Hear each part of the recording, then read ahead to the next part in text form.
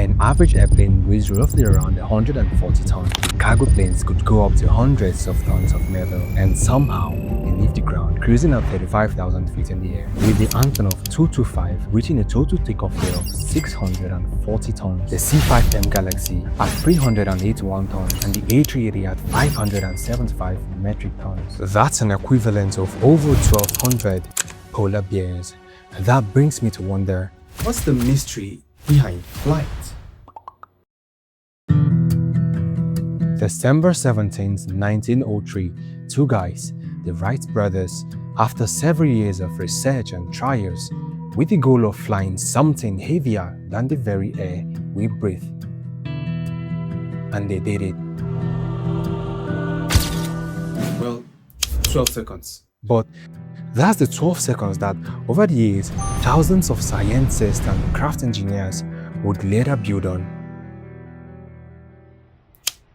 So basically, they had discovered that for a plane to take off, three things must be present: the wing, the tail, and the engine. That appears to be the backbone of every aircraft. Well, let's say most aircrafts. Also, there are four different forces that constantly need to stay in balance for a plane to successfully leave the ground and stay in the air. They are the weight, the force of gravity pulling the aircraft downward, the lift, the force fighting to keep it in the air, the thrust, the forward force pushing the plane ahead, and the drag, the resistance trying to slow everything down. So generally, enough lift is needed to overcome weight for flight to take place. But that whole process begins with the engine.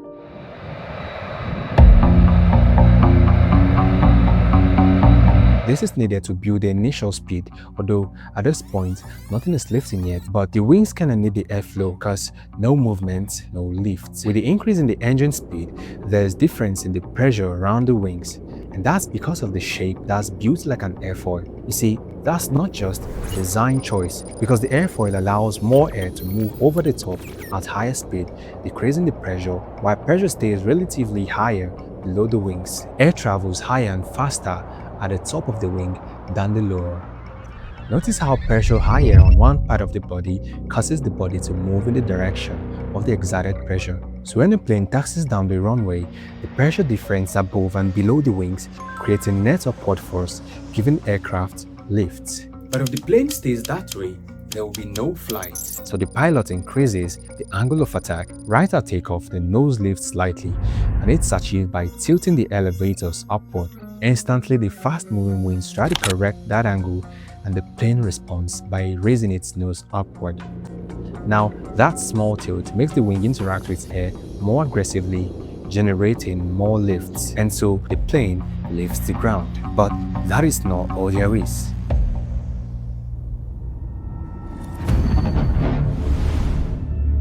Getting into the air is one thing, staying in the air is completely a different game. Because lift isn't something the plane has, it constantly creates it. Planes typically take off at around 170 miles per hour, but at 35,000 feet, commercial airliners cruise just around 550 miles per hour. At that altitude, the air density is 10 times thinner, which means the plane experiences less drag. Therefore, the engine can hit higher speed, traveling faster yet burns lesser fuel. For airliners, 30 to 40,000 feet is the sweet spot, but they don't travel fast just because they choose to. Since the air molecules are thinner, they must travel faster to keep the wings in contact with more air molecules. Remember, no air interaction, no lift. Flying is a constant battle for balance. If the drag is greater than the thrust, the plane stalls and falls. And if the weight is greater than the lift, the plane just pretty much drops off the sky. And so the next time you see one of those giants in the sky, just say a little prayer: God bless science. Alright, that's it for today, and you can support me by giving the channel a sub. Thanks for watching, see you on the next one.